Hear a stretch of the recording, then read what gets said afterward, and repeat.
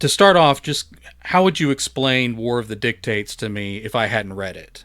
I would say that War Dictates is a Talmudic horror novella told entirely in verse that explores themes of oppression, freedom, and love.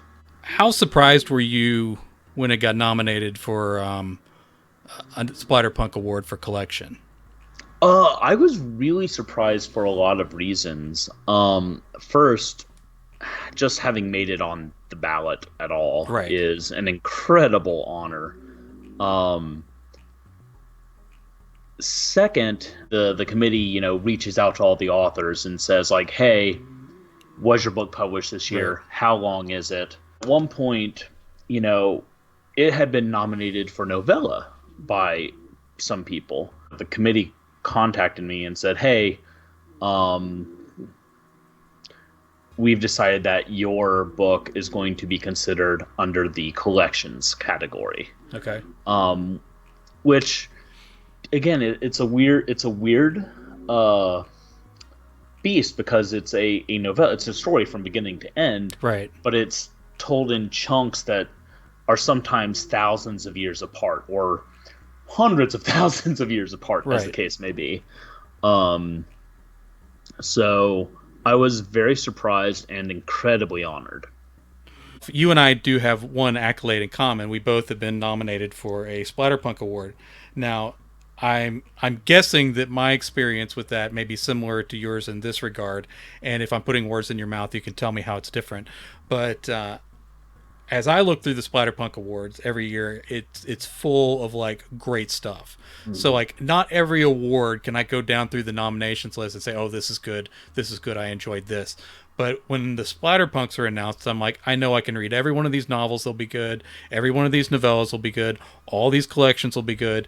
If it's an anthology and it's been picked, every story in the anthology is good. It's not just four or five standouts. Like everything I go through is good. So the year I got nominated for short story, I hadn't read all the other short stories, but I went ahead and did it. So I picked up everything I hadn't already read. And I was like, oh, I'm going to be in last place in this category. Like, now, I don't say that to be self-deprecating in the sense that I thought my story was good. And especially compared to the rest of my catalog, I thought, okay, this is one of the better things I've written. But as soon as I read the other stories, I'm like, oh, I'm losing this category. There's no point in even writing a speech because any one of these stories I would pick before my own. Now, how daunting is being nominated when you look at the other nominees in the category? Man, I've talked to my publisher for War Dictates about this. I've talked to lots of friends about this. Triana and Christine Morgan are both in the collections category, Right. and that is terrifying. Christine Morgan is a beast. Right. She's a monster of incredible world building and prose. Right. Triana's twisted and fantastic too. It's very intimidating. That said, I believe I've put together something that is completely unique. Mm-hmm. Um, I I don't know for sure, but I believe this is the first time something in verse has been on the Splatterpunk ballot. I'm sure it Uh, is. and it's damn sure the first time a specifically Jewish book has been on the Splatterpunk ballot. And so, like, as far as I'm concerned, I've already gone farther than any other splatter Jew in the. I've gone farther than the other splatter Jew there is. Yeah. But like, those are both incredible honors. Yes. Um, my hope, because I hope I win. Right. I won't lie about that. I will be I will be blown away. Like I said, there's the other books on the list are incredible, Yeah. Every year. but my hope is that when they sit down with everything, they will see that what I'm doing is pushing some boundaries, pushing some lines, and hopefully building what Spider-Punk and Extreme Horror can be. Um, that said, like no matter who wins, it's fully earned, and everyone, like you said, every book on that list is a banger. Yeah. And I've said this other places, but like I have my favorites in various categories. But if any other book wins, it's not like, oh, they got robbed. You know, Yeah. it's any book winning on there, like, well, I see why that won, kind of thing. And then same thing for your category. And I do think you have a chance. Like I really do. I wasn't gonna like push that very much because, you know, if anyone had said that to me, I'd be like, oh well thanks, but you're lying. You know. But again, like obviously I've read it, I enjoyed it, and it stands a chance. I read it and you know got the feeling of like epic poem. Is that a valid subcategory for the work? Would you say? Yeah. I it was released under I think the categories were horror, epic poetry, and Talmudic books about the Talmud. Now, Um, when you wrote it, did you write it from beginning to end as it appears? Were you writing the sections separately and it was put together? What was your process in putting together something as massive as this? I wrote it from beginning to end. I often I've discovered recently I'm an outliner. I can't pants it in my writing with any real success, and so I kind of had. And honestly, this book started as something completely different. It started as a collection. Mm-hmm. It was going to be 5 stories told in verse, each one kind of covering different aspects of Jewish lore. And then I wrote and I thought maybe I could connect them all. And then I wrote the first section, which is of course the Grigori, the Watchers. And it's like, well, it only feels natural to follow that with Nephilim, and that kind of flows naturally. And then when I wrote the third section, which was about Ashmandai or Asmodeus, I went back and I tied the first two sections together and let the rest flow. Really, it's not until the third chapter that I realized what I was doing. Okay. And when it came together in a really painful and beautiful way, I think. Now, when I read this, it had already been nominated, so I already had the idea of okay, it's categorized as a collection. It's being considered by the top Splatterpunk awards. Was the idea of Splatterpunk anywhere in your mind as you were writing it? Yeah, it was. I wanted to write a book that would make Wrath James White sit up. Oh wow, that's quite an Um, ambition. well, I mean, there's so few horror poets, Hmm. and there's even few extreme horror poets. Right. And so I wanted to make a book that would make people, you know, I think a lot of people in that community say, "Oh, horror poetry, yeah, that's Wrath James White. He does that." And I want people to understand that, like, no, John's doing that. Susan Snyder is doing that. There's other people that are great writers, amazing poets that are putting together things that will make you deeply uncomfortable. A poorly worded prose piece can become an incredibly powerful poetry piece Hmm. with enough passion in it. Broken Nails by Susan Snyder, I would point out as being incredibly powerful for that reason. The last two chapters of War of Dictates, which take place in actual um, Jewish atrocities, extremely hard to write, but I think it turned out to be extremely powerful. I think so. I think the whole piece is, but then as you get closer to the present, it gets a little more specific, a little more personal. You know, like things that aren't quite as abstract, I guess you might say, and we'll get to that. So I read it, and I have some very specific things that I'd like to ask you about. Okay. One of the early bits that really caught my attention was the idea of the rebellion of names. So, like when these characters are first, I guess, exploring their rebellion against God, their first rebellion is to name themselves. Can you kind of explain that idea and why that would be considered an act of rebellion as you wrote it. So in my personal belief, I go for something called non-dual Judaism. The idea is that it's very Buddhist. The idea is that all separation between us and the divine divinity um, is perceived only. Um, so the idea here is that there's these consciousnesses, but they're not really separate. They're not really consciousness. They're just facets of the creator, the divine, that um, are given agency. But the minute they take a name and they become uh, individuals, they've broken that unity. Um, and he mentions, or the narrator, which is at this point Samyaza, mentions that like all the other angels took names that had to do with their nature in relationship to the divine. So Gabriel, the angel of God's strength; Michael, God's just. Mm-hmm. Everything is attached to the creator, except for Samyaza. Um, and that's because he goes a step farther than all the rest. All the rest take individuality, but they don't break that connection. Whereas Samyaza, even before rebellion is truly in their mind, completely separates himself from the divine.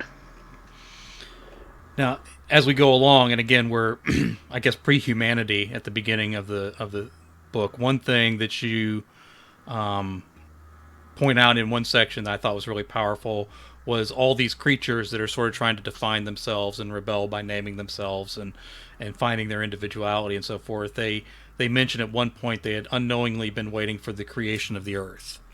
What was your idea behind that? What was it about the existence of the earth and the existence of humanity that sort of give these rebellious angels their definition? So there's, as I mentioned, this book is categorized as being a book about the Talmud. And so there's a lot of little snippets that come from weird Jewish esoteric, or maybe a line here or a verse there from some obscure biblical text. And in this case, this is an argument in the Talmud about when angels were created and why. Were angel when the creator, when Hashem, when Adonai says, let us create the earth, let us make man, who is he talking to? And the arguments are, and I say he, meaning that's what I'm used to saying, not that God is man or woman, right, or anything like that. But when Yah says that, who is Yah talking to? And the answer, some say, are like, oh, Yah is talking to the spirit of mankind. This is Yah is talking to us, and we are co-creators in this.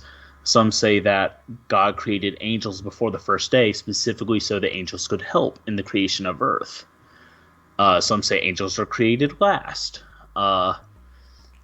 as caretakers of man. So there's all these arguments, but I really like the idea of like these angels were created in order to take care of and partake in the creation of the earth. And so it wasn't until that moment where your purpose is revealed. And like for everyone, I think that's kind of a holy moment when you find the thing that fulfills you. And what would that be like if you were a literal piece of God that was unfulfilled until something that's not God existed? Another character that's significant, I guess, in theology, but then also significant to your story here is Lilith. And she's mentioned very briefly one point early, and then has significant pieces as the work goes on. Sort of, I guess every question we're asking here kind of goes into why is this significant to the to the Talmud, but then why is it significant to your story, which is a little bit different. So I guess we can answer both. What is Lilith's significance to sort of the mythology of humanity, and then how does she play out in your story?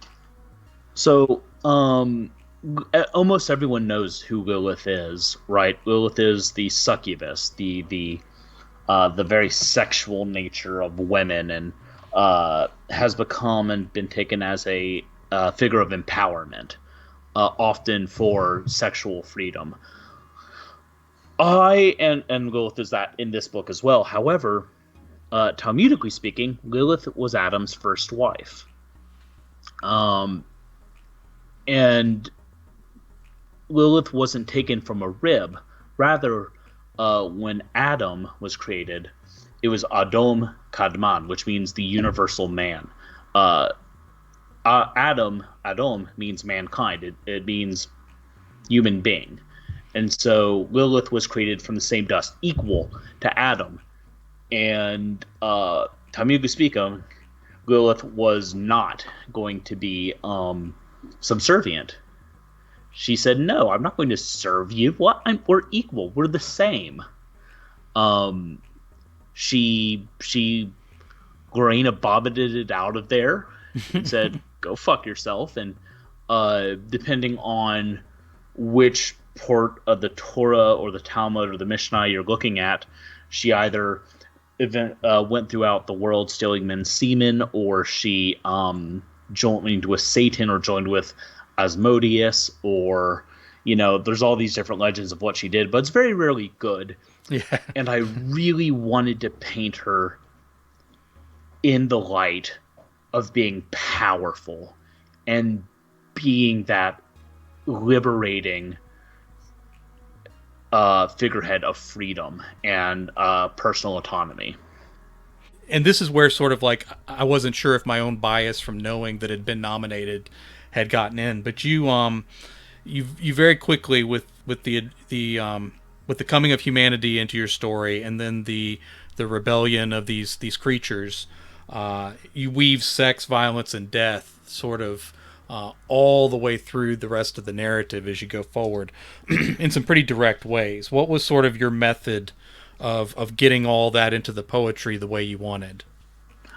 So I wanted the story of the Watchers in the Book of Enoch, which is not canon for Judaism, but is canon for Catholicism, I believe.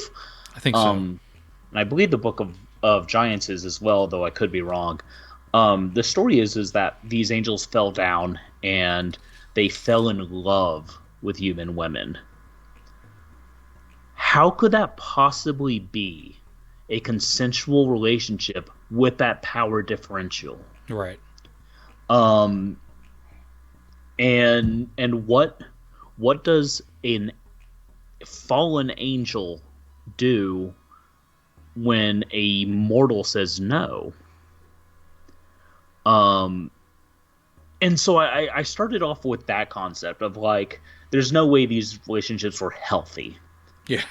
And I wanted to explore the very idea that these Grigori, the Watchers, the fallen angels, were in and of themselves a disease, a poison that introduced things like slavery and oppression and superiority and ownership and possessiveness to mankind. That those were unnatural. That we as humans can be better than that. And so I also wanted to shine a light on how abhorrent those practices and beliefs and attitudes are. And so I dialed up the Grigori to 11 on a lot of that stuff. But like I said, I wanted to make other extreme authors and splatterpunk authors take notice. Right. Right. Since you brought him up, let's talk about Enoch. What role does he play in the faith? But then also, what's his part in your story that you wrote? Enoch's incredibly important in Judaism, in Agada, in folklore. in the book of Enoch, Enoch goes down to the Watchers and is like, "Hey, y'all fucking up."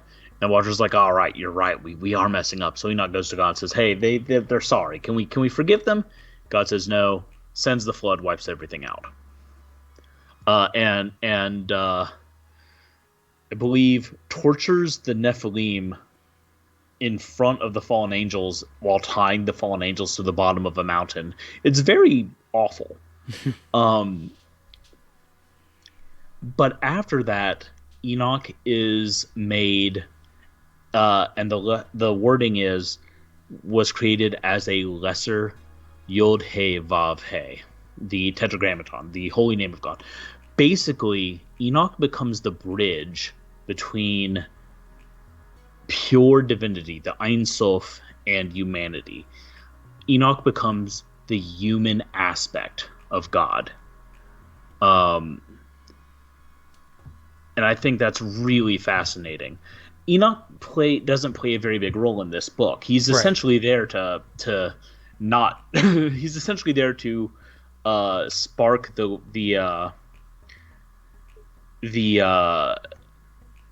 transition between the Grigori chapter and the Nephilim chapter. Mm-hmm. But you read Blood and Mud as well, mm-hmm. and Enoch plays a much more important, and I would argue much more poignant role in that book. Azazel. Tell me the significance of that to I guess faith in general, but then also this is a character that's appeared in your work more than once as well, if I'm remembering correctly. Azazel is the big bad, not just in War of Dictates, because Semyaza is really the big bad in that book, but in the Legend of the Watchers, in the folklore, the Watchers taught humanity various forbidden stuff. Astrology, makeup, toe painting. Like, it was stuff that we really find kind of innocuous in a lot of times. Azazel taught us how to make weapons and make war. And during the Yom Kippur services, Yom Kippur being the most holy of holy days, where we all atone for our sins, the liturgy calls for the sacrifice of 2 goats. One is sacrificed for the sins of all of humanity. The other, this is what it says, the other is given to Azazel.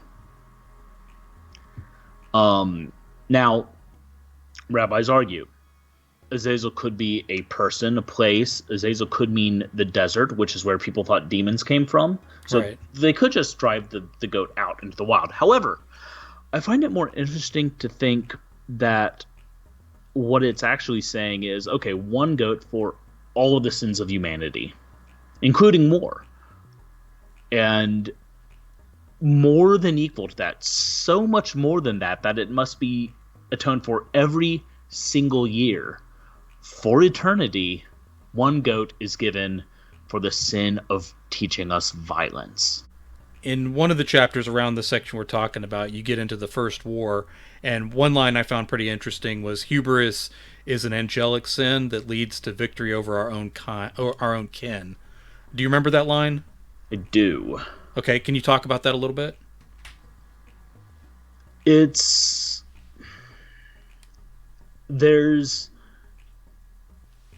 in almost every depiction of angels, they're very sure of themselves. Pride is almost universal to depictions of divine beings. In almost every religion, even the Veda. I'm trying to remember what some of the divine beings in like Indian Buddhism are called, but there's this arrogance. Mm-hmm. And so the idea was that the Watchers knew that when the unfallen angels came down, they would be sure of victory. There's an interesting moment in that section during that first war, where there's a breaking point for the Shadim, because they've infiltrated the Watcher's kingdom at that point. They've essentially integrated. They're not entirely sure where this war is going, and they know that it's not going to end well for them. I don't know if that comes through in the text, but it's a strange moment because the Watchers realize that this is beyond too far. Tell me about Solomon, both as a character in Judaism, and then as he's significant in the passages in your poem. I said some shit about Solomon. I said some stuff about Solomon that will make some people very angry, I think.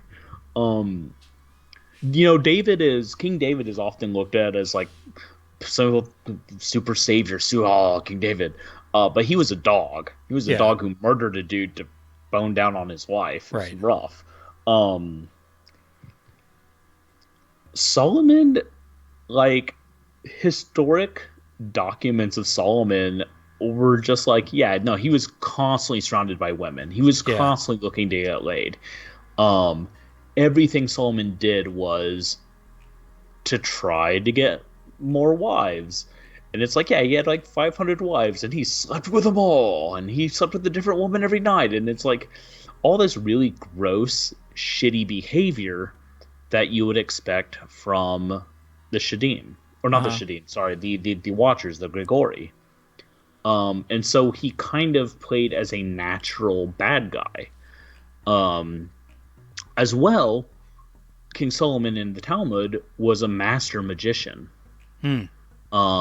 He created all these seals and was able to command demons, and he used demons to carve out the rock and build the temple. And the story in which he finds and captures Ashmandai, and then Ashmandai is dragged into Jerusalem, and he tells the people, like, oh, this person, if you protect this person, you'll have a seat in the world to come. That's all in the Talmud.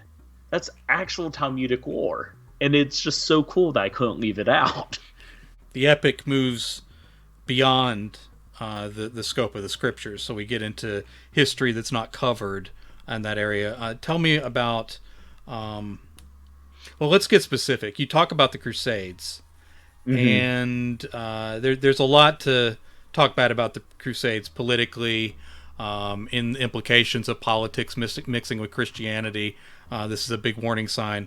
But then also the dark irony of the fact that, like, the Crusades are sort of justified as we're giving the Holy Land back to God's people, and then how Jewish people were treated along the path to get to the Crusades. So talk about why you included that, and what sort of some of that dark history is. This is where writing the book got really hard for me. Because I researched this ad nauseum. I wanted, with most of my books, I want real history. I want real occurrences that people can connect to. And the Crusade, everything after this point is no longer legend. It's real atrocity and pain. The Crusades are weird. The Crusades were both far worse and far less bigoted than I was expecting. Most of the popes at the time, like, issued decrees like, don't fucking touch the Jews. Don't do that. But there were really like 4 or 5, and I named them all. I point a finger at them and say, you did this, towards the leaders who frothed up their followers to kill Jews. It's a common idea that, like, to warm up for killing Muslims, they would kill Jews. And a lot of it was greed, because if the Jews were dead, you could take their land, you could take their businesses, you could take their belongings. But a lot of it was just fervor. Yeah. These people are different, and this could be mine. And so this is where Azazel comes into the book, Azazel Azazel. This is where he comes in, because he's glutted on the violence. He's glutted on the pain. Um, and I wanted to show how corrupt war is. Uh, it's glorified in a lot of books. It's glorified in a lot of video games, Mm-hmm. and I didn't want there to be anything positive in this. I didn't want there to be any, this is awesome. I wanted it to be frightening and disgusting, and I wanted to point out that these things were happening due to greed. Mm-hmm. Either human greed or angelic greed. As you move through the modern vignettes, you're a lot more particular. You have one day in 1865, you have a one day in 1945, and then I like that day. into 2020. How did you go about choosing these exact moments? There were moments, those specific moments. I did a lot of research on. I'll say the moment in 2020 is the day that Trump, former President Trump, gassed a crowd to do a photo op outside of a church. Mm-hmm. That seemed like a natural progression of the watcher's mentality. The other days, I'm not going to spoil because they're Okay. lots of fun, in my opinion. But what I'll say is that they were pivotal moments in in an ongoing conflict for human rights and human respect and civility. These were both of those specific days were blows to inequality, and so those are moments where Lilith and Ashmandai are are ringing out blows on behalf of humanity.